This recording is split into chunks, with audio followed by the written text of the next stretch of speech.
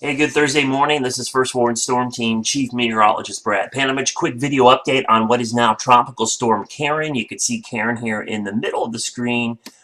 Very well-defined tropical system.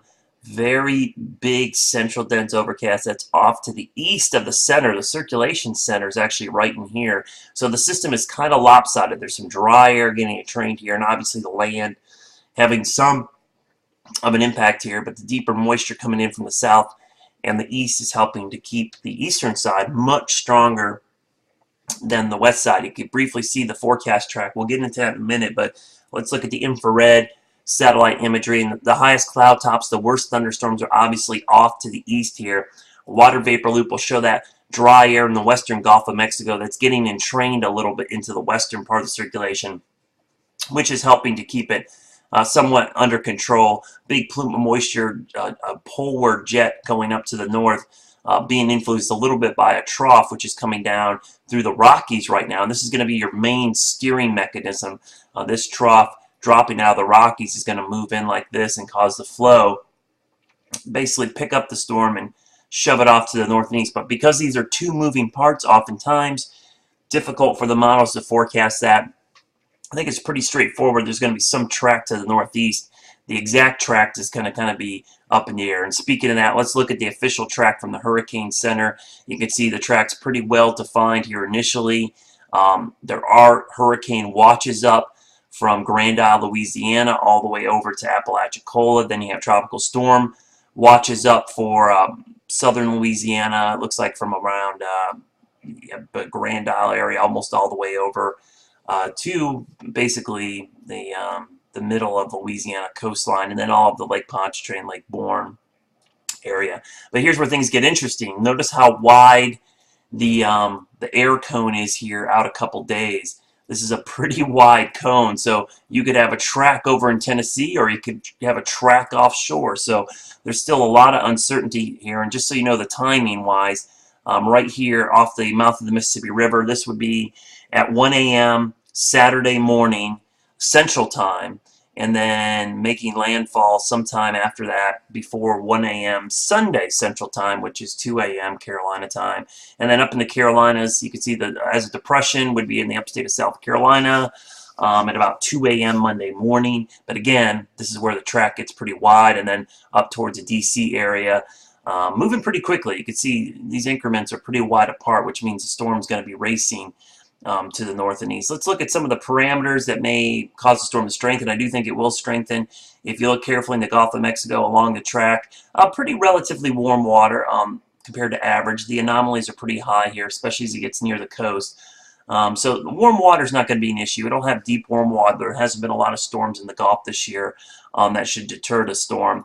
The one thing that could deter it will be obviously that dry air and the wind shear, which is something that I'm keeping an eye on. In particular, the wind shear, which would be something that could probably, cause an issue with the storm as it develops. And speaking of that wind shear, this is from the sim site. You can see the low.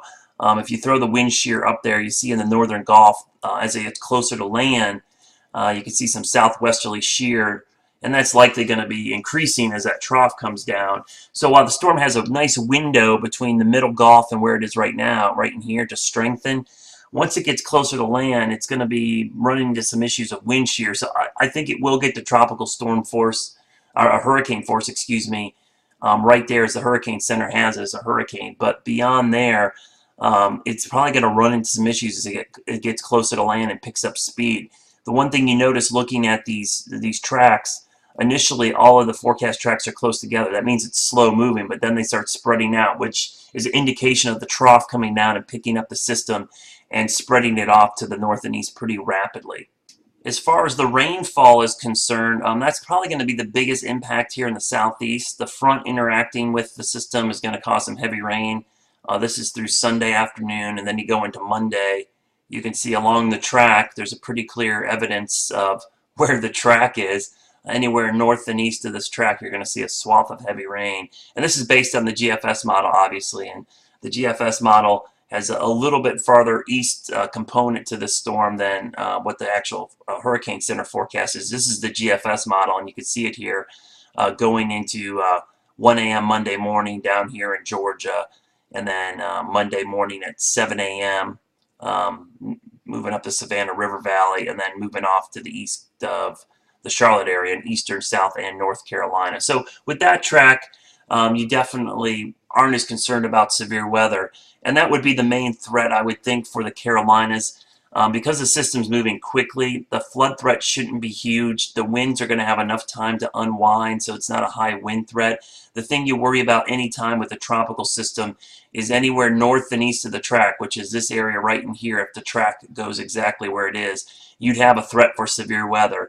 But again, because there's such a huge error in the track, if the storm tracks over here, then the western Carolinas are on the west side and the severe weather threat isn't as big. So it's kind of tough to say right now what our main impacts will be. It's going to rain for sure. That's a pretty much no-brainer. It's not going to be a huge flooding event. We're actually pretty dry right now. So this will be actually much needed rain for most of our area. The main thing we'll watch for is severe weather. Of course, I'll have complete coverage on the whole situation starting today at 4, 5, and 6 on NBC Charlotte, but this is just a quick 6-minute video on what could happen here with Karen going into the weekend. Hope you have a great day, and I'll see you starting at 4.